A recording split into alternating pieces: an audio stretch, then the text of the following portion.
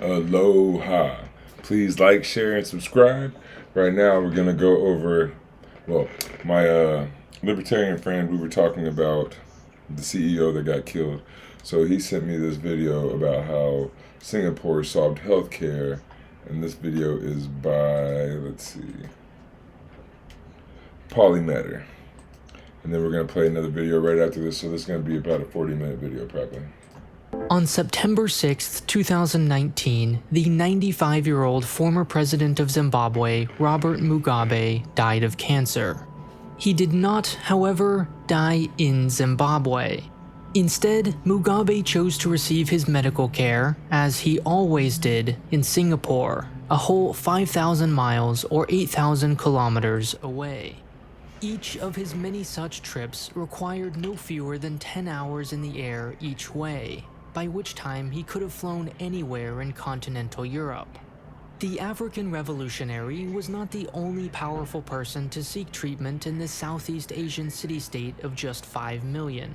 So too did the daughter of the Philippines president, the president of Bangladesh, several military leaders of Myanmar, and the former First Lady of Indonesia, to name just a few examples.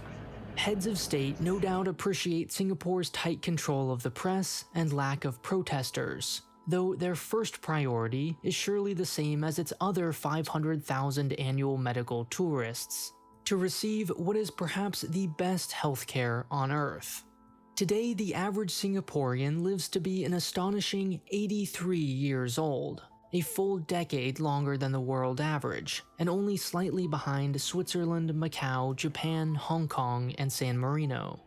Another common metric for healthcare quality is the infant mortality rate, at which Singapore is among the best in the world, just 2.1 for every 1,000 live births.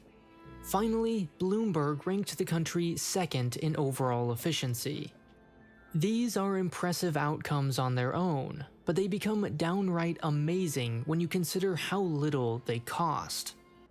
If you sleep on your side, I bet you hate your Cost pillow. effective And this is is why. always good. Let's see why it is. They might be as fluffy as a The United States spends about 17% of its GDP on healthcare, making it an embarrassing outlier even among the most developed nations. The UK, a more representative example, stands at 10%, Australia 9%, and Israel just 8%. Singapore, on the other hand, spends just 4% of GDP.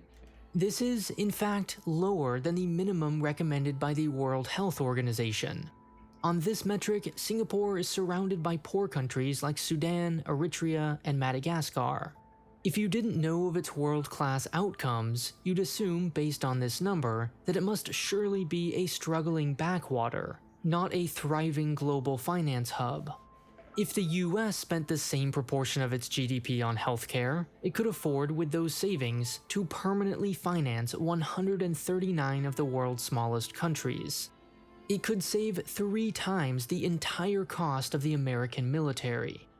Somehow, Singapore provides the same or even better healthcare than the richest countries in the world, at the cost of the poorest countries in the world. In designing healthcare systems, governments willfully choose at most 2 of the following: price, quality, or equal access. They do so because they accept these natural trade-offs, believing that you can't have it all. Singapore, on the other hand, seems to have solved this MC Escher-level puzzle and delivered all 3. Sponsored by CuriosityStream and Nebula, where you can watch the extended version of this video. When Singapore gained independence in 1965, healthcare was far from its highest priority. In the words of its health minister at the time, it ranked at most 5th, after national security, jobs, housing, and education. Facing an uncertain future, and with the country's very existence at stake, the government had no choice but to ration its attention and resources. The US performed its first successful kidney transplant in the early 1950s, but Singapore would have to wait 20 years to do the same. With just 50 specialists for a population of 2 million, it chose to focus first on more pressing issues, like the rampant spread of tuberculosis and pneumonia. This slow and methodical approach helped the country develop a set of guiding foundational principles which informed its decision-making. While Singapore was still a British colony in 1948 when the English National Health Service was created, it chose a very different path. In fact, if there's one philosophy that defines its national approach to healthcare, it's a firm and unapologetic rejection of what was perceived as the over-generosity of the British. Believing that the general public was abusing, misusing, and underappreciating government clinics, its first Prime Minister, Lee Kuan Yew, was quick Saying the government was too good to the people. to impose a fee. It was decided that while every citizen would be guaranteed some form of care, nothing would be strictly free, motivating a sense of personal responsibility. But nothing in England is free, or Britain. You pay taxes, it's not free. But allergic as the government was to anything resembling welfare, it also had little confidence individuals could be trusted to manage their own healthcare savings. The compromise to this tension was called Medisave. The British had left Singapore with a compulsory savings account known as the Central Provident Fund.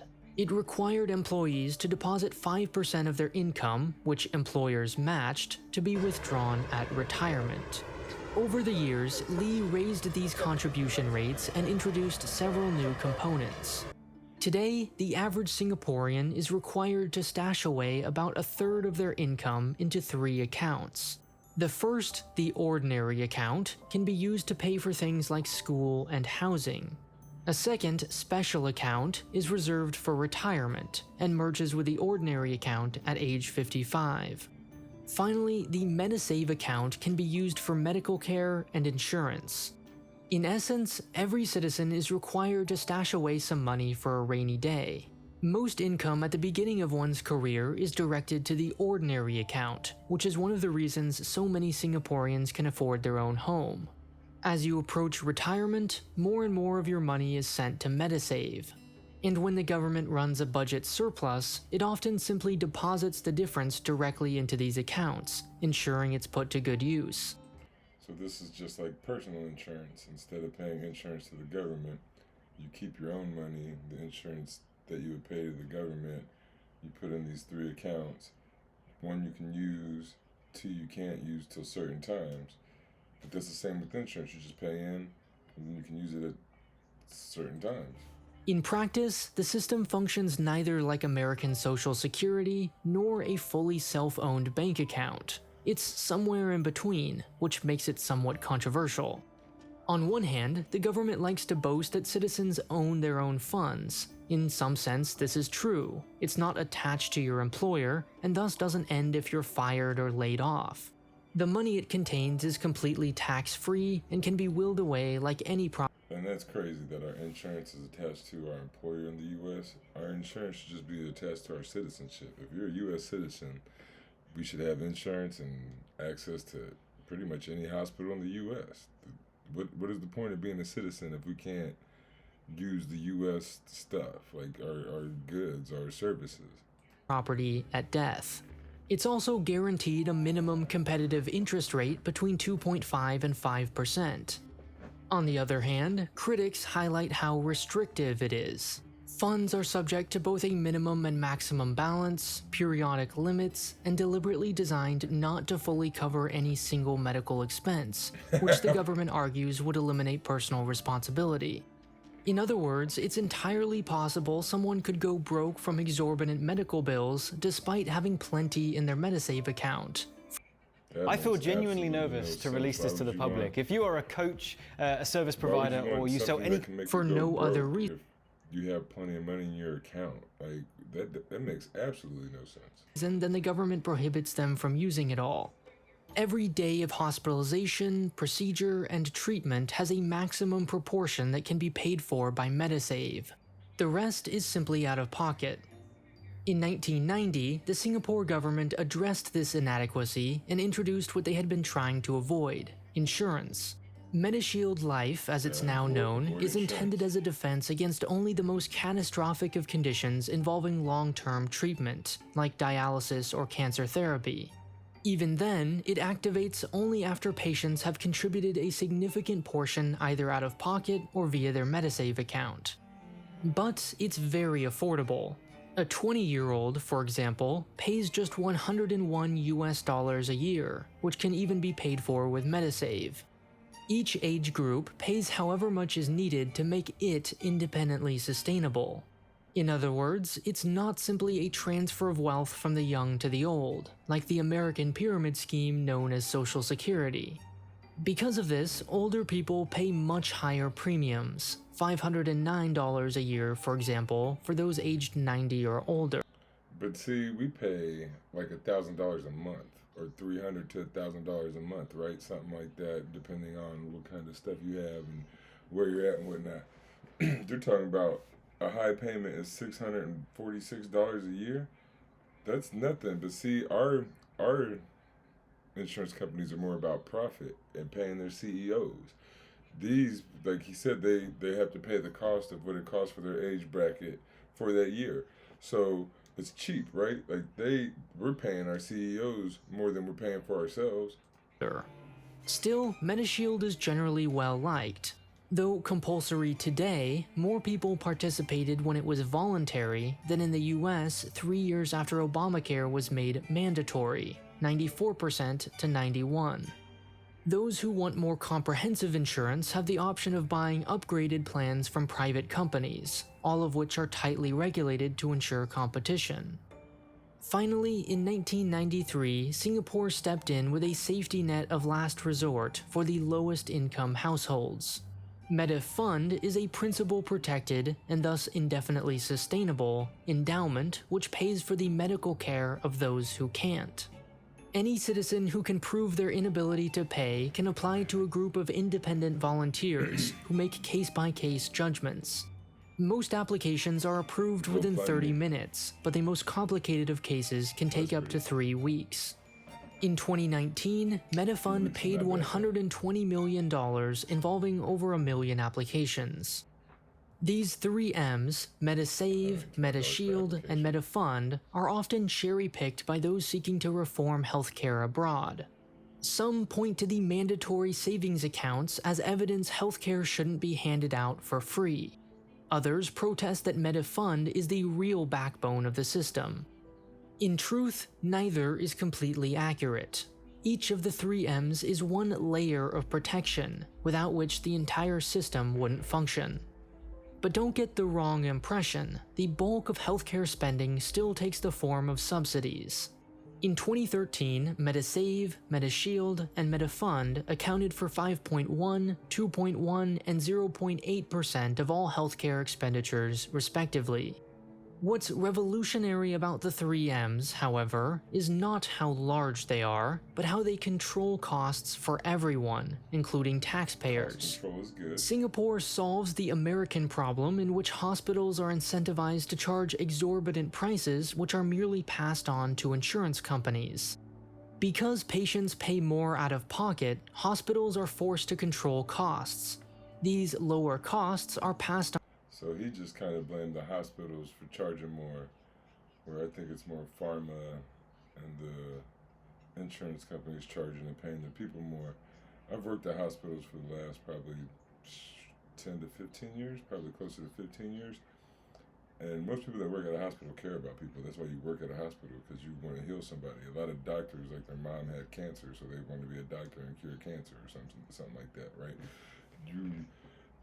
I think that's a little bit backwards what he just said. On to the government, too, when it distributes subsidies.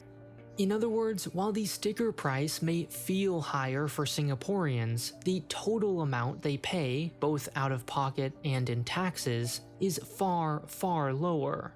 All of this is enabled by transparency.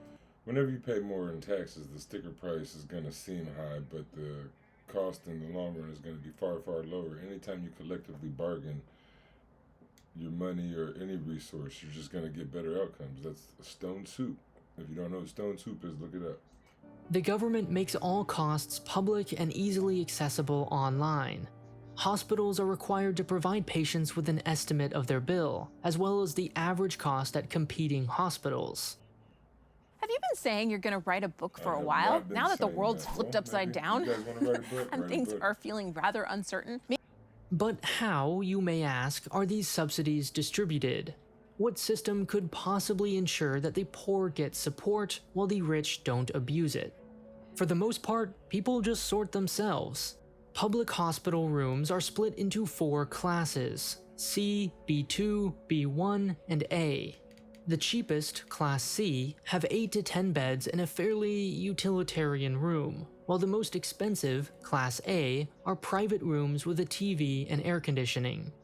The important thing is that these classes are treated as cosmetic luxury upgrades. The same doctors operate all wards with the same standards of care. Okay. They have no monetary incentive to treat anyone differently. And much like airplane classes, more premium rooms cost significantly more with only modest improvements, which naturally separates patients based on their willingness to pay. Is it fair that the poor sit in a stuffy, crowded room during hot, humid summers? Answers will vary, but many would argue the alternative, high prices for everyone, is worse.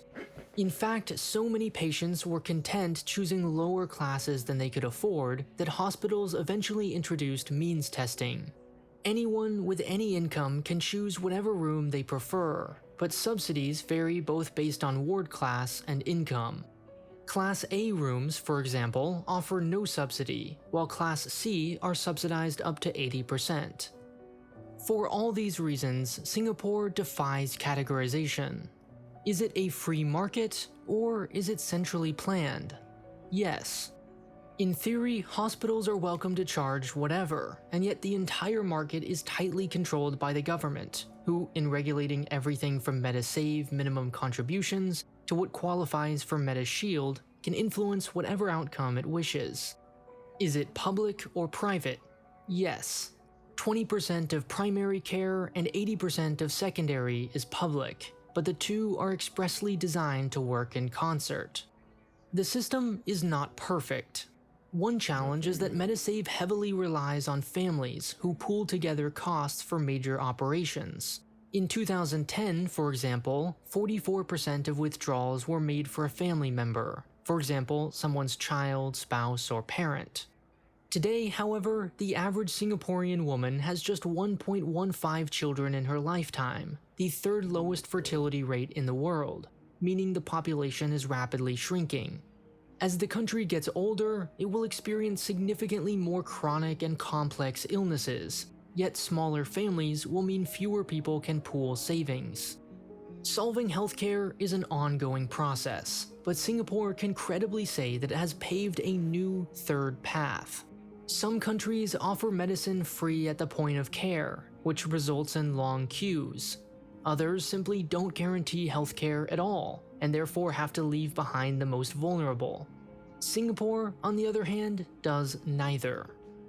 The million-dollar question is whether Singapore is a strange anomaly or a viable model for the rest of the world. Could this system work in the United States, for example? That's the question we explore in the extended version of this video on Nebula, which replaces what you're hearing right. Well, I do not have Nebula, so we will not be hearing the extended version. But we do have an updated video. My friend that sent that to me, the Libertarian, he wanted me to see that, and then he was talking about, oh, it's 3 years old. I'm not exactly sure exactly what's going on now or whatnot. And so then I saw this video, and this video is from, let's see how long ago. I think it's just from a couple weeks ago or something. Here, 2 weeks ago. So this one's from 2 weeks ago. Why are healthcare costs rising in Singapore? Is there really nothing we can do about it? And let's see if we can find out. Jam in. There are many things I enjoy outside of work. Smashing a workout at the gym, flowing in a yoga class, or just simply taking a nice long walk. But as a 30-something, I can't help but start to wonder how drastically different my life would be if I weren't able to do any of these things. I could be hit with a major health episode, a chronic illness or a condition that impairs my mobility. Most importantly, would I be able to afford the care I need? And what can I do now to make sure I'm prepared for future healthcare expenses? Fitness look pretty good. She's preparing. Hello. Hello, hi. Thanks for having me. Okay, hi. Hello, hello. This is Madam Hariati.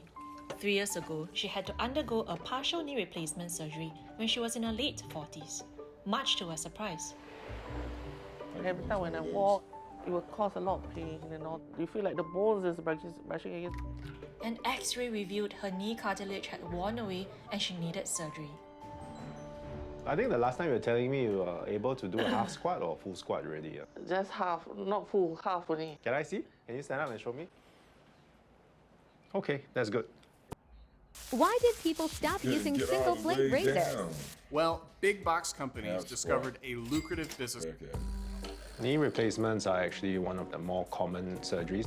In NUH and AH, we are looking at more than 1,000 of these cases annually. So why are there more and more Singaporeans undergoing this particular surgery? Last time it was about working your whole life, but then expectations on what we want in our latter years have actually gone up.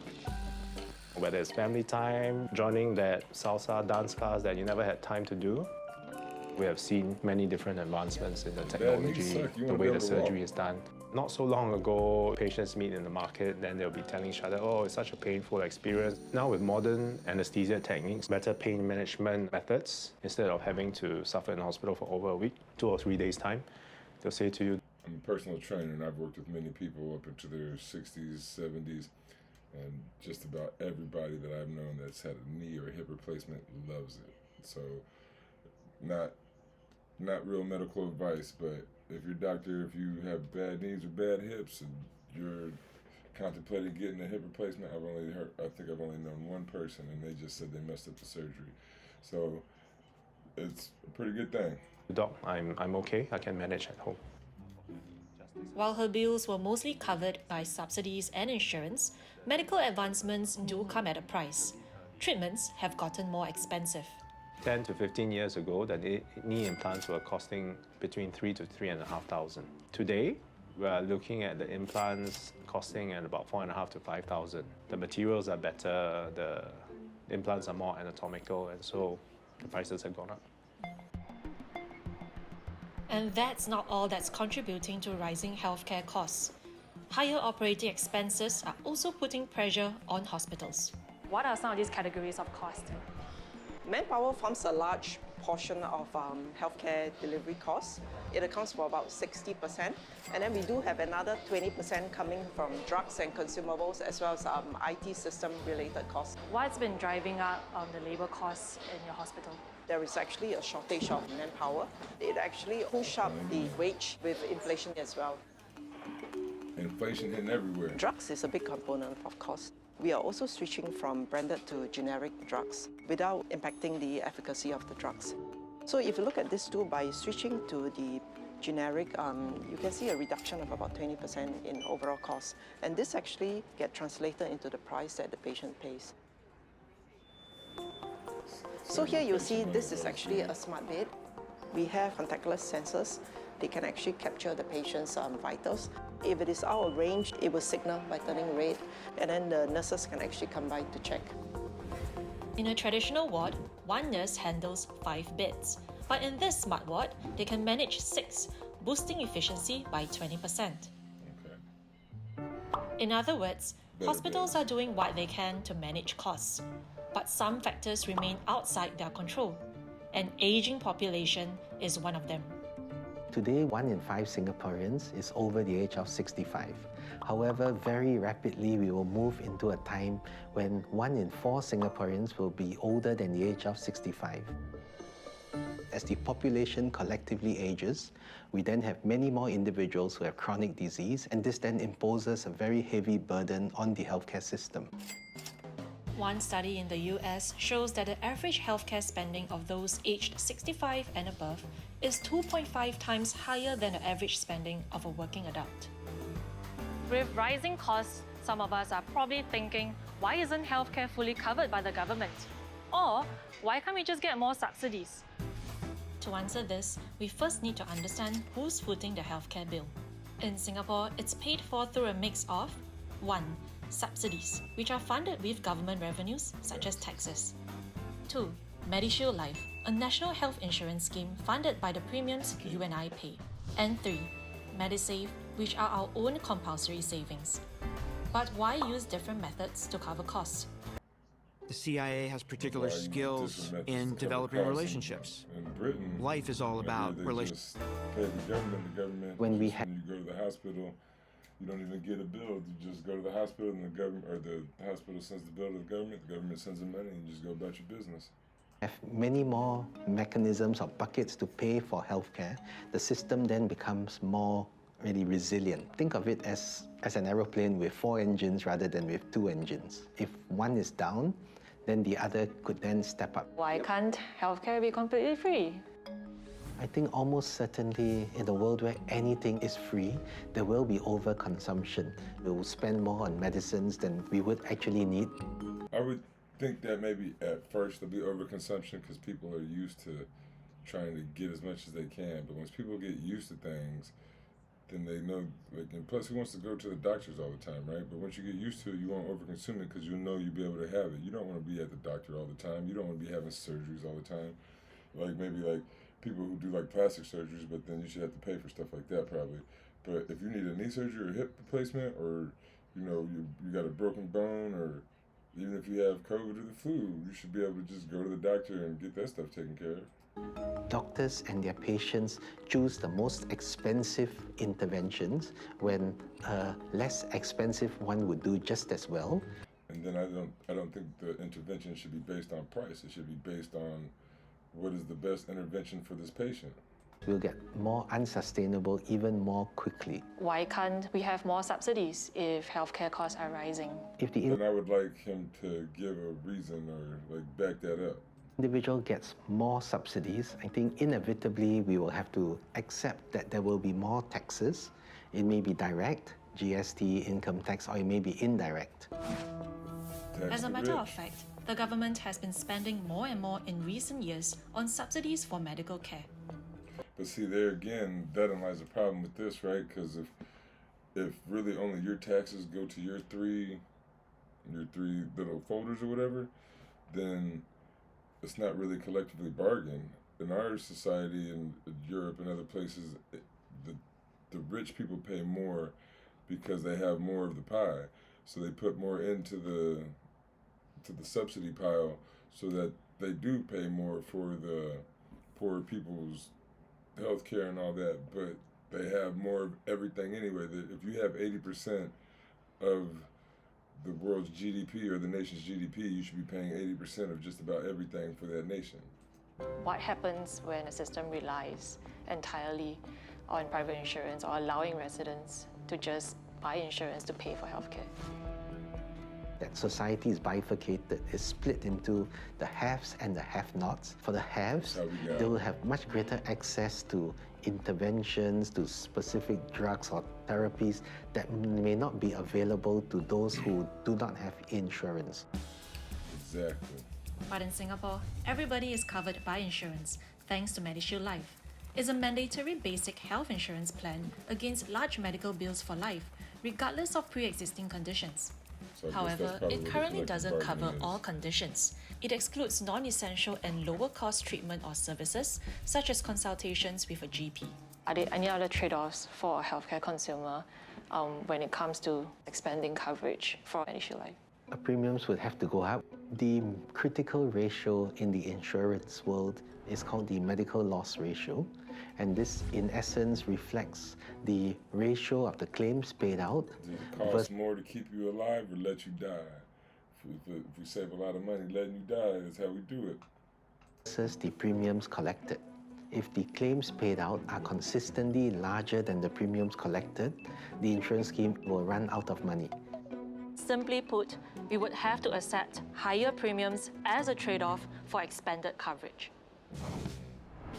What all this means is that for Singaporeans to continue to have access to affordable healthcare, A fine balancing act is needed. The reality is that as a country, we are spending more each year on healthcare.